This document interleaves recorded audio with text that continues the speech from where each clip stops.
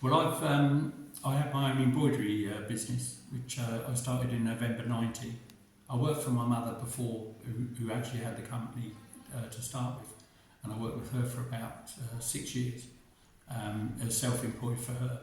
And then I bought a percentage of the company from her for £40,000 and set up on my own. And we ran both companies side by side, and I doubled my business in the first year with that. And then that continued on through. We carried on.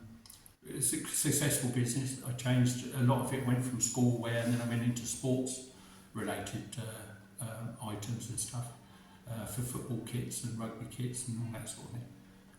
And then COVID hit, which obviously shut down all the businesses, but shut down mine a lot quicker because of being sports related. There was no one was doing any sports, no one was doing anything. The company work that I did, the companies were shut as well, so I didn't have anything to do with the companies either. So I went from sort of earning money to dead stop. Where the business, when I kept, obviously once you get over that first hump of the business being successful, going on for 40 years, you think, well, you've done it now, it should be all right now,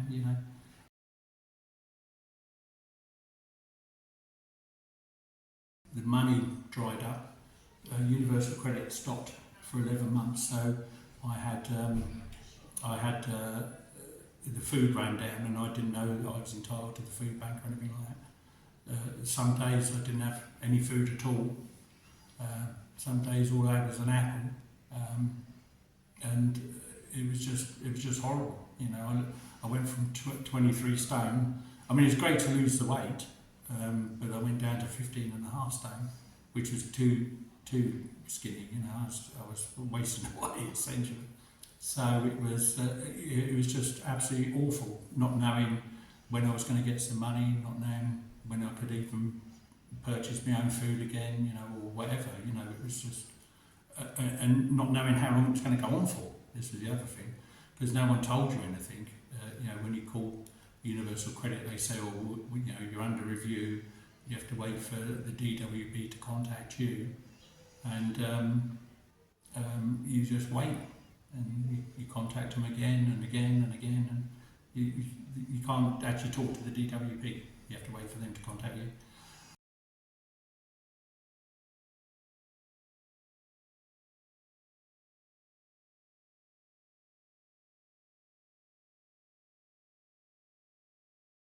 Awful. I mean, it was that unknown. It was just not knowing what to expect or whatever. You heard things like the food bank where you just get a couple of carrier bags of food and you take potluck. Well, for me, it didn't matter what was in the bags anyway. If that was the case, I just needed something, anything, so it didn't matter to me. And when I first come along, Tricia was the first lady I met here, and she was just so wonderful. She'd come in and helped us out and showed us around and showed us what to do, which is essentially what I do now. And I love doing it, by the way. It's she was just great, and I couldn't believe when I got home. I've got home with like a couple of carrier bags of shopping, a bit more. I might have had 3 actually, but anyway, I got home with all this and I just broke down in my kitchen. It was just overwhelming. The whole thing was just overwhelming. To go from complete nothing, and not knowing, where I was going to get anything from or anything, to then suddenly have all that and such nice people and everything as well. Honestly, it was. I'm thinking a little bit now. It was really moving. It was unbelievable. I just remember putting all the food on the counter at home and just breaking down. It was just too much. I've got a dog as well, but my dog was actually all right, because I bumped into a lady in the street, and she was in a mobility scooter, and she said to me, she said, "Oh, your dog's lovely. What is it?" And I said, "Oh, it's a husky staff. I think he was like about 4.5 years old by then he was, But and she said, "Oh, do you want some food for him?" And I said, "Oh, that'd be great." This was like, say, early COVID. It was only 2 or 3 months into COVID.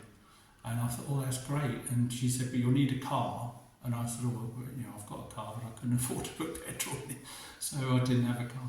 And this other lady says, overheard it, and she says, oh, I've got a car, I'll go and get it for you, which was so great. And this woman went round to this lady's house, picked it up, and she came round and she had a whole boot full of dog food. And it was just unbelievable. It was enough for like 6 or 7 months of food for my dog, And it worked out that this lady knew COVID was happening, and she brought all this food in to cover for her dog, who then passed away. And so, and again, just a random woman in the street, so it was so touching. I mean, like I said, I've got a dog, and that's the only thing that's kept me going, to be quite honest. If it weren't for him, I don't think I'd even get up in the mornings, especially when it was the real low points of the whole thing. When you're going 11 months without money or food or anything, he still got me up in the morning and got me out and got me moving. Like I say, if it weren't for him, I probably wouldn't be here today doing that or anything. I probably could be either a hermit or even worse. What I mean? It was horrible. So yeah, he's kept me going. He's my joy. He is, So without him, I don't think I'd have survived, to be quite honest.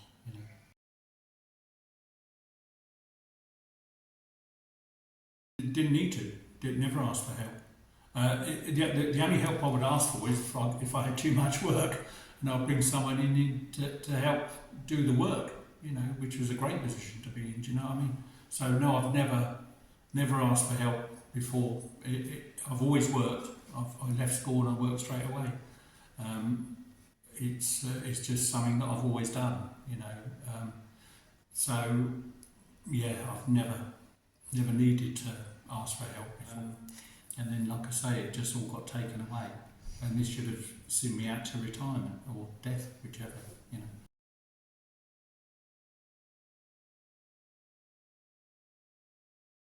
See, when I started getting some work back again, I thought, well, I'd like to be able to do some myself, because now I can feel like because of being there before, I know how other people are, and I can sort of empathise with them a little bit, And I've come in, and everyone here is just lovely, everyone is, and I just get on so well. The people that come through the door are great, and they've all got different stories. Some of them are breaking down as you go around telling you their stories. It's always nice to hear those, because again, I can sympathise with where they're coming from, because I've had it. Some of them are a lot different to mine too, and some are a lot worse than mine as well.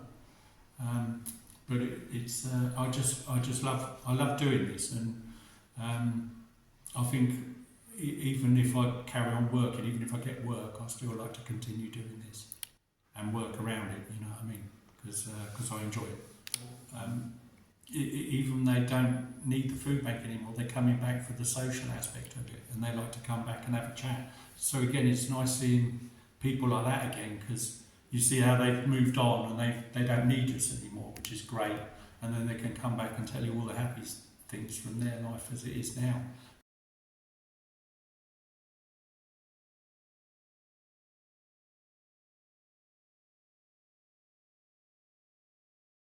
Even if I was getting the full universal credit of 368, my mortgage is 472. So I'm short on my mortgage. So I've got nothing for gas, electric, water, or food, or anything else. So no insurance. I had to sell my car because I couldn't even put £5 of petrol in the car. So I sold the car. I've sold everything. I've cut everything out that I used to have. Where I had Sky TV, I don't have that anymore. So I've got rid of. I'm on the bare minimum of expenses, and the bare minimum of money coming in. And it's not enough. Again, obviously, all you want to do is just feel like you're doing all well. Just cover everything.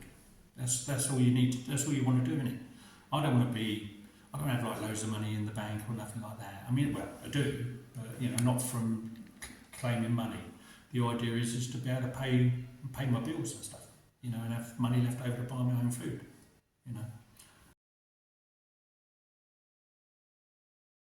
Of course, hopefully, we won't need them for long anyway. Because as we say, this is the goal to to phase them out, isn't it? You know, so hopefully that will happen. And, but I'll miss it if and when that happens.